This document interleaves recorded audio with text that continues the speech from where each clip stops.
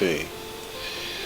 I mean, every entrepreneur with an eye to growing from a startup to revenues of millions must understand that at some point in the journey, their company may outgrow their skills and their current knowledge base. I've seen a number of times there are a number of ways to get around this and still make your mega millions, but you have to go on realizing that when you get to a certain size, you may not be the person to run the business. I've got a good example here. It's dates back to 2007, and it was the launch of an online company called the Gilt Group, giltgroup.com, and the flash sale concept was born, which turned out to be a huge hit. The Gilt is a site offering companies a sort of competitive shopping opportunity to get their hands on some really heavily discounted brands. And the doors open at noon every day, and virtual buyers line up, and it's a rush to the cash register. It's kind of an exciting high if you're a shopper. It's a brilliant concept.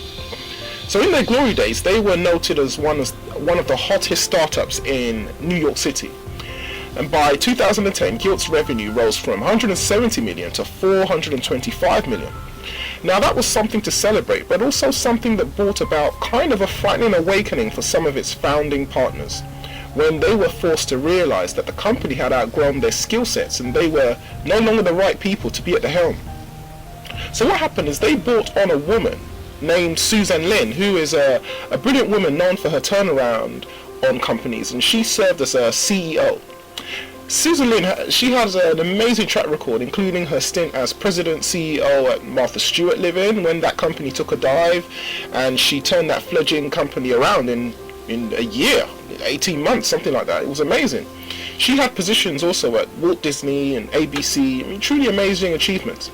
But nonetheless, it's clear the founders of this company, Gilt, they went through emotional upheaval with the letting go process. The current directors recognized it wasn't easy what they were doing, and that this lady, Susan Lin, really had to struggle with this, even though they had this power woman coming in to sit into that CEO seat.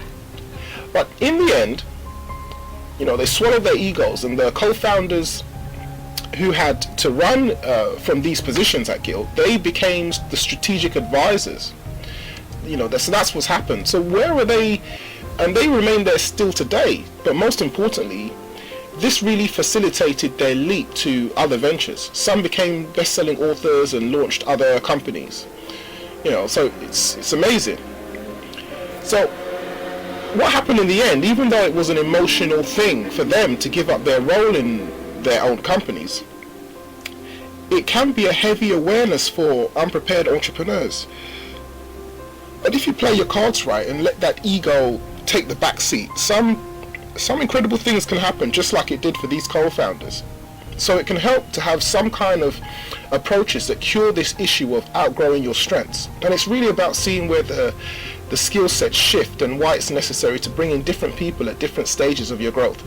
For example, if you take the startup of, let's say, 300,000 pounds or dollars, choose your currency, let's say of revenue, the most important characteristic and traits for the owner is a doer, because they wear all the hats. They've got to do everything, and up to 300,000 in revenue, there isn't any money there to really pay for any help or anything. So the doer, to get that business up and running, you've got to be a doer. But when you move from, say, 300,000 in revenue through to the next transition point, let's say that's around $1 million, you're still a doer, but you've now got helpers. So you have to be able to work with the helpers, relate to the helpers, and help the helpers help you. And that's kind of the genre of experience that you're in. So now it's a question of still having the doer drive the doer skill sets, but reaching out to other people and getting them to help you to get things done and keep things moving. So then when you go from the $1 million to $3 million in revenue, a lot of things change. You're now starting to drop the doer skill sets, and you're moving into the organizer, trainer, procedure manager, systemizer, structure builder of your business, because without that kind of structure you can't add new people, you can't scale it, you can't grow. So all of a sudden a whole new set of skills are required to move from that million to 3 million. Then what you get from, say, a startup through to a million. But then it goes even further. Now you're at the 3 million level. Okay, the 3 million level, and it's time to move on up through to the 50 million level. And here you've got to start letting go of some of those skill sets that we just mentioned here, because you're no longer able to handle all these functions, even as the organizer, trainer, and scaler.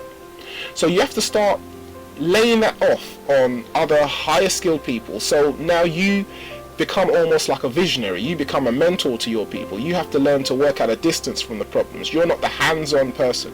You're not even a person who talks to the hands-on people. You're the person who works with the management and the team building and the ability to build a team, and then manage that team and manage the affairs of the business at a distance, which becomes even more important. And if we were to take it even further from, say, a 50 million up to a $1 billion company, see, at this point you're not even involved in the management. You're involved in anything but that. You're involved in stockholder relations and raising capital and a whole bunch of other stuff that has absolutely nothing to do with running the business. So those are the kind of stages that a person has to go through. And the thing is that if you're honest with yourself and you really understand where your skill sets are, where your core competency is, with one of these skill sets that you're most comfortable with, then you know how far it is that you should be taking your business. And you have a couple of choices. I mean, one of them is you can bring in a top manager or a top executive, or whatever it is, and if your business is strong enough to attract that person, great, or that team, that's great. And that's one way to handle it. The other way to handle it, and I know a few people that are like this. I've seen them over the years. They're what I call serial entrepreneurs. So in other words, they know the limits of their skill sets. So when they start out to create that new business, they know that their skill sets are. They bring it to that certain point where they start to become obsolete, and then at that point they become sellers of the business.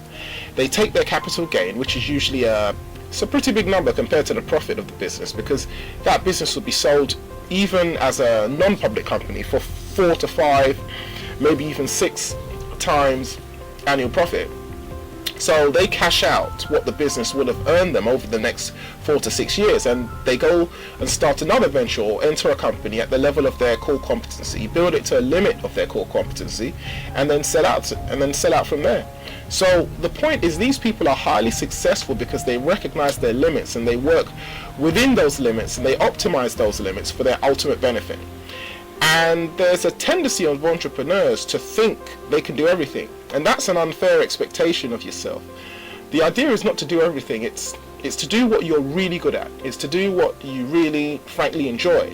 And I can't tell you how many folks reach that level where they become obsolete and they struggle, and they and instead of moving on to a new venture, when they can go back to the part that they really enjoy and they're good at again. So it even makes a difference, not only in the amount of money that you can make, but understanding who you are and what your capabilities are and what your limits are.